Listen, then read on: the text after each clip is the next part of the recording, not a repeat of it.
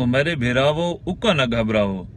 ਜਿਹੜੇ ਭਰਾ ਦਿਨ ਸਾਡੀ ਸਰਕਾਰੀ ਨੌਕਰੀ ਹੋਵਿਆ ਤਾਂ ਸਾਡੀ ਸ਼ਾਦੀ ਥੀ ਵੰਜਿਆ, ਘਰ ਕਾਰੋਬਾਰ ਆਪਣਾ ਹੋਵਿਆ ਤਾਂ ਸ਼ਾਦੀ ਥੀ ਵੰਜਿਆ, ਉਹਨਾਂ ਵਾਸਤੇ ਵੀਡੀਓ ਸੁਣੋ। ਇਹ ਭਰਾ ਕਿਹੜੀ ਗੱਲ ਕਰਿੰਦੇ। ਮੈਂ ਕਿ ਲੋਕਾਂ ਦਾ ਕਮਾਉਣ ਵਾਲਾ ਕੋਈ ਨਹੀਂ ਹੁੰਦਾ, ਸਾਡਾ ਖਾਣ ਵਾਲਾ ਕੋਈ ਨਹੀਂ। अस्सलाम वालेकुम दोस्तों, ये भरा है ये शादी करना चाहता है, इनकी सरकारी नौकरी भी है लेकिन इको रिश्ता नहीं मिलता पिया। ते ई भाई आखे मेरी वीडियो बनाओ, मता मैनू कहीं पास कोई रिश्ता मिलता होवे।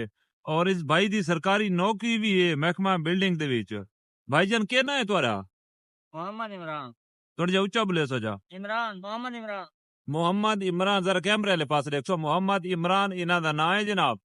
ते इन्हां को चाहिदा है रिश्ता ते सरकारी नौकरी इन्हां दे घर तुहाडा अपना है? जी हां, घर इन्हां दा अपना है जी। जेड़ी रिक्वायरमेंट्स है सारी कंप्लीट है। इन्हां दा घर ही अपना है, कारोबार ही अपना है। ये जनाब अली महकमा बिल्डिंग दे विच जेड़ा है ना ये मुलाजिम इन। इस तो बाद इन्हां दा अपना रक्षा भी है, रक्षा भी चला इन्हां ने। बहुत मेहनती बंदा है जी, मेहनती बंदा। अच्छा तुसां क्या दियो जी? तुसां कोई नर्स नाल शादी करे सो या कोई सरकारी मुलाजमा होवे, कौन होवे दसो जी? घरदारी करन वास्ते बात ठीक है जो ही हो। घरदारी करने वास्ते होवे बस। ये रिक्वायरमेंट कोनी तुहाडी भी कोई नर्स होवे या कोई टीचर होवे या पढ़ी लिखी होवे भाई? अच्छा पढ़ी लिखी होवे भाई जी, ठीक है जी। अल्लाह दी जात खैर करे सी। ये तुहाडी वीडियो लैसू जी।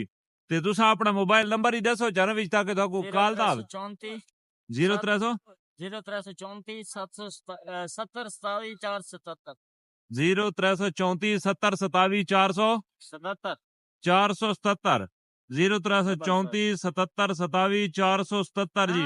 70 27 477 702 74 77 अच्छा जी 0334 702 74 77 77 ਇਹ ਇਹਨਾਂ ਦਾ ਮੋਬਾਈਲ ਨੰਬਰ ਹੀ ਵੇ ਜਨਾਬ ਅਲੀ। ਤੇ ਬਾਕੀ ਹੁਣ ਤੁਸੀਂ ਹੱਥ ਲਾ ਕੇ ਅੱਲਾ ਹਾਫਿਜ਼ ਕਰੋ।